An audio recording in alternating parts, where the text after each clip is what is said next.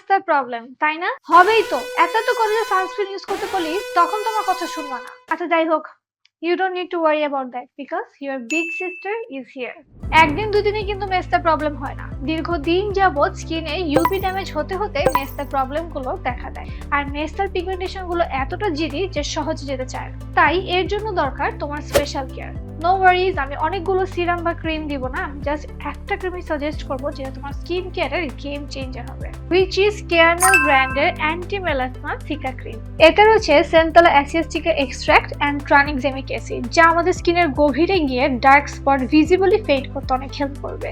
এটা স্কিনকে even out করবে, স্কিনকে ভালো একটা হাইড্রেশন দিবে, স্কিনকে একদমই ইরিটেট করবে না, বরং স্কিনকে আরো বেশি স্মুথ করবে, স্কিন ব্যারিয়ার স্ট্রং করবে। এটা তুমি সকালেও ব্যবহার করতে পারবে, রাতেও ব্যবহার করতে পারবে। কন্টিনিউয়াসলি ব্যবহার করলে চোখে পড়ার মতো একটা পরিবর্তন দেখতে পারবে। তবে হ্যাঁ, মেস্তা চলে যাওয়ার পরও কিন্তু ফিরে আসার সম্ভাবনা থাকে, তাই সব সময় নিয়ম করে সানস্ক্রিন ব্যবহার করতে হবে। এখন তো মেস্তা প্রবলেমের সলিউশন পেয়ে গেছো, তাহলে আর ভাবছো কেন? বাই নাও।